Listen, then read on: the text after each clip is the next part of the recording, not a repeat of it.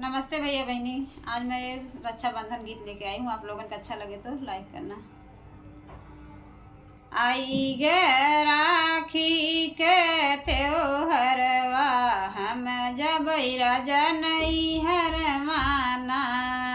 आई गे राखी के त्योहरवा, हम जबै राजा नैहर माना।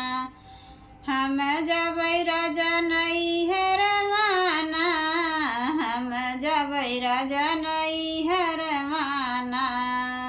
आई गे राखी के त्योहरवा, हम जबै राजा नैहर माना।